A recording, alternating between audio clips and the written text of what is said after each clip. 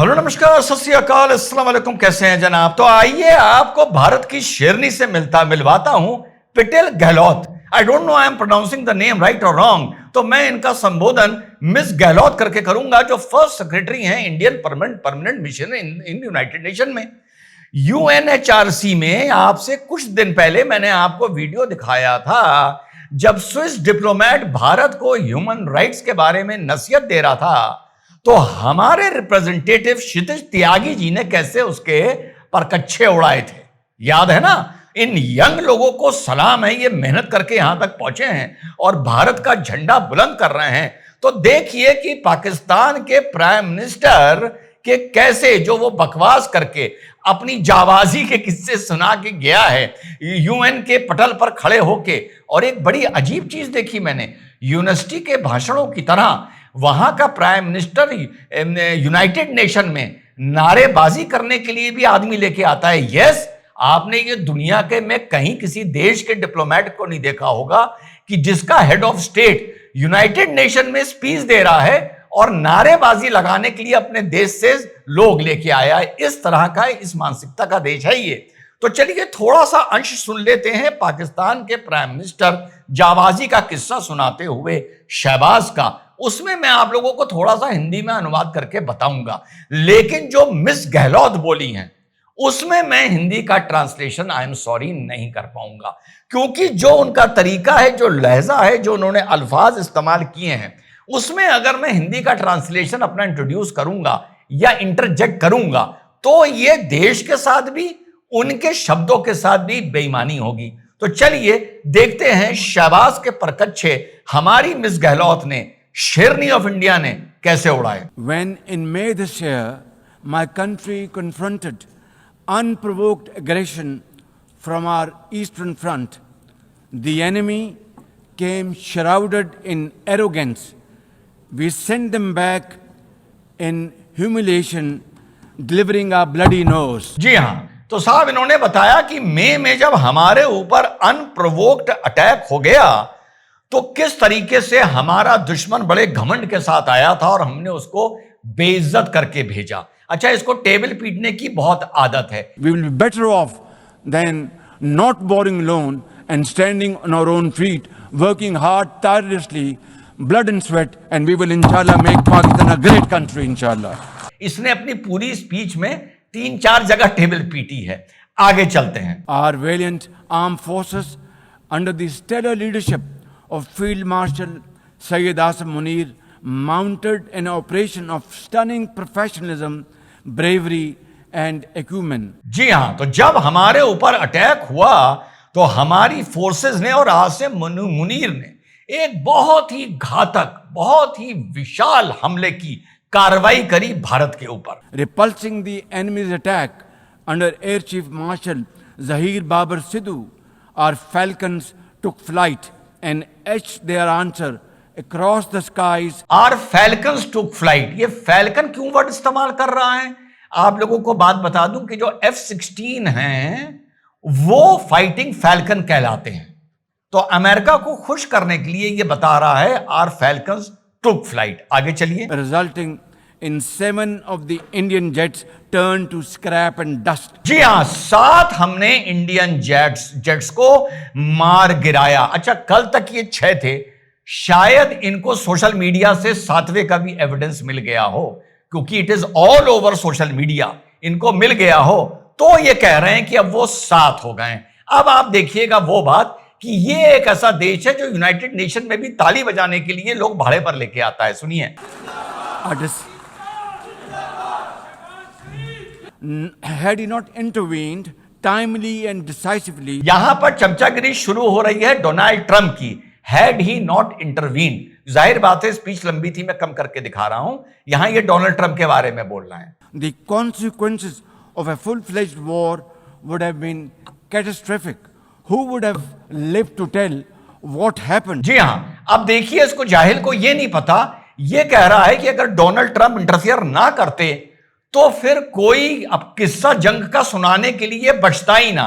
इसका मतलब इसने ये तो मान लिया था कि सारे पाकिस्तानी मार दिए जाते तभी तो ये ऐसी बात बोल रहा है। आगे चलिए। And therefore, in recognition of President Trump's wonderful and outstanding contribution to promote peace in our part of the world, Pakistan nominated him for Nobel Peace Prize. And I think this is the least we could do for his love for peace. And I think truly he's a man of peace. Excellencies, we have won the war. And now we seek to win. पलट के बता रहा है we have won the war, है ना, one the war. तो ये short में था जो मैं आप लोगों को लेके आया हूं एडिट करके। अब बारी आई मिस गहलोत की।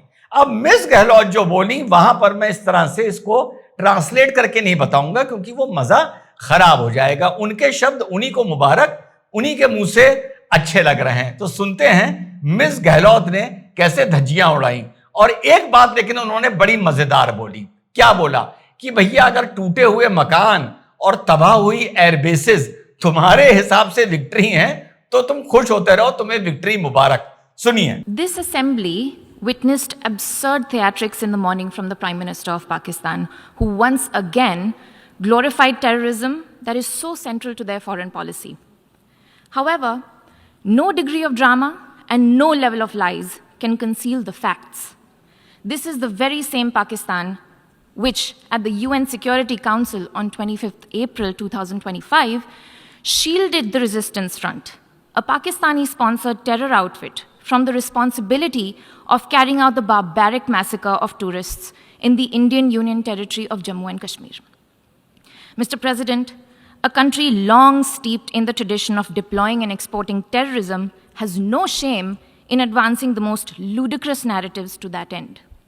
Let us recall that it sheltered Osama bin Laden for a decade, even while pretending to partner in the war against terrorism. Its ministers have just recently acknowledged that they have been operating terrorist camps for decades.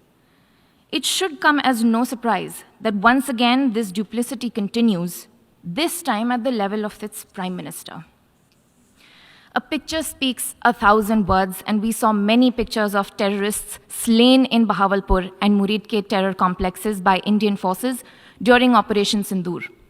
When senior Pakistani military and civilian officials publicly glorify and pay homage to such notorious terrorists, can there be any doubt about the proclivities of this regime? The Prime Minister of Pakistan also advanced a bizarre account of the recent conflict with India. The record on this matter is clear. Till 9th May, Pakistan was threatening more attacks on India. But on 10th May, its military pleaded with us directly for a cessation to the fighting. The intervening event was the destruction caused to multiple Pakistani air bases by Indian forces. The pictures of that damage are, of course, publicly accessible. If destroyed runways and burnt out hangars look like victory, as the Prime Minister claimed, Pakistan is welcome to enjoy it. The truth is that, as in the past, Pakistan is responsible for a terrorist attack on innocent civilians in India. We have exercised the right to defend our people against such actions and have brought the organizers and perpetrators to justice. The Pakistani Prime Minister has spoken about wanting peace with India. If he is indeed sincere, the pathway is clear. Pakistan must immediately shut down all terrorist camps and hand over to us terrorists wanted in India. It is also ironic that a country which wallows in hate, bigotry, and intolerance should preach to this assembly on matters of faith. The political and public discourse of Pakistan reflects its true nature. Clearly, a look by them at the mirror is long overdue.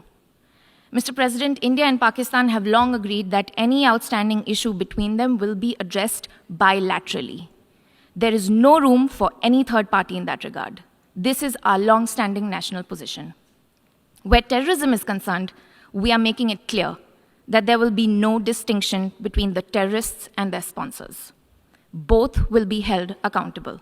Nor will we allow terrorism to be practiced under the cover of a nuclear blackmail. India will never bow to such threats. India's message to the world is clear. There must be zero tolerance for terrorism. I thank you, Mr. President. बहुत ही शानदार speech, इसीलिए मैं interfere नहीं करा कि उसको मैं अनुवाद करके बताऊं।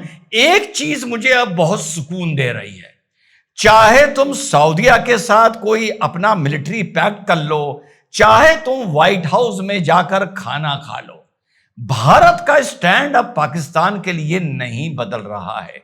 जो पॉलिटिकली करेक्ट, डिप्लोमेटिकली करेक्ट बातें होती थी वो मुझे कितने साल से, वर्षों से परेशान करती थी।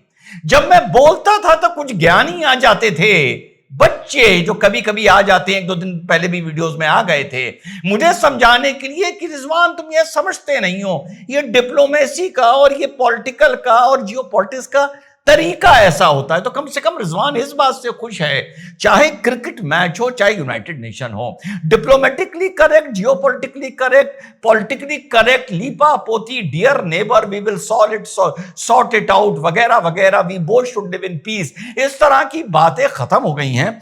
दुश्मनी साफ नजर आने लगी है, चाहे खेल का मैदान हो, चाहे यूनाइटेड नेशन हो।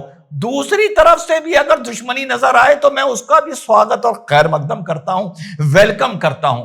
दोनों तरफ से जब तक कम से कम इन दोनों में, खेल के मैदान से यूनाइटेड नेशन में, दुश्मनी नजर नहीं आएगी तब तक कम से कम मुझे सुकून नहीं मिलेगा। तो इस बात का मुझे सुकून है कि खेल का मैदान हो, चाहे हमारा यूनाइटेड नेशन हो, भारत की मैं हनक और दुश्मनी जो आंखों में देखना चाहता था उसकी अभी शुरुआत हुई है। मेरा लेवल बहुत हाई है, उसकी अभी शुरुआत हुई है। दुआ करूंगा कि यह हनक और यह दुश्मनी इसी तरह आगे इनके लिए और नफरत बढ़ती रहे। जय हिंद, वंदे मातरम, खुदा हाफिज।